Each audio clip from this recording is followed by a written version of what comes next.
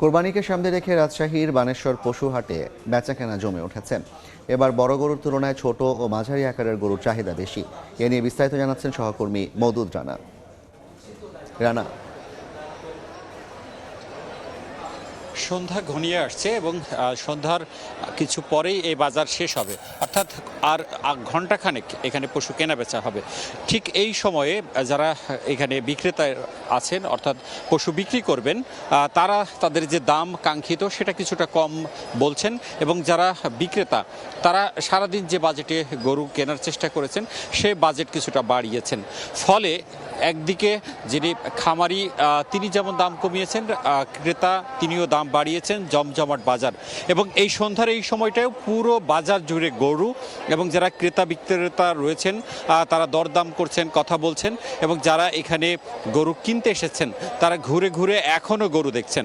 এবং আমরা পুরো বাজার জুড়ে দেখতে পাচ্ছি যে আসলে প্রতিটি গরুতেই ক্রেতা রয়েছেন, তারা দরদাম করছেন এবং বিক্রি আজ দিনের অন্যান্য সময়ের তুলনায় এই সন্ধ্যার সময় সবচেয়ে বেশি।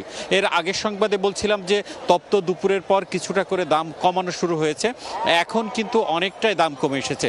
অর্থাৎ সারা দিনে যে দামে বিক্রি হয়েছে তার থেকে গরু প্রতি 5 থেকে 10,000 টাকা কমে এখন বিক্রি হচ্ছে।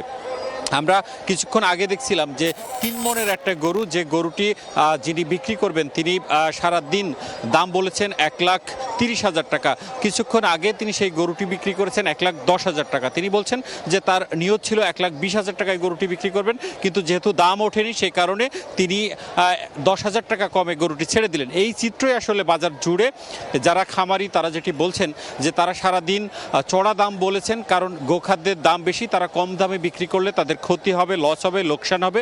সে কারণেই তারা সারাদিন বাড়তি দামের আশায় তারা দাঁড়িয়েছিলেন, কিন্তু বাজার আসলে খুব বেশি না হওয়ার কারণে তারা শেষ মুহূর্তে কিছুটা কম দামেই বিক্রি করছেন। অন্যদিকে ঢাকা এবং চিটাগাং বা সাধারণ স্থানীয় যারা ক্রেতা রয়েছেন তারা যেটি বলছেন যে সন্ধ্যার বাজার তাদের বাজেটের মধ্যে হয়েছে এবং তারা বলছেন যে এই বাজারে এখন চরম কেনাবেচা হচ্ছে, অর্থাৎ যে জমজমাট কেনাবেচা সেই সন্ধ্যার সময় এই রাজশাহীর বানেশ্বর বাজারে হচ্ছে।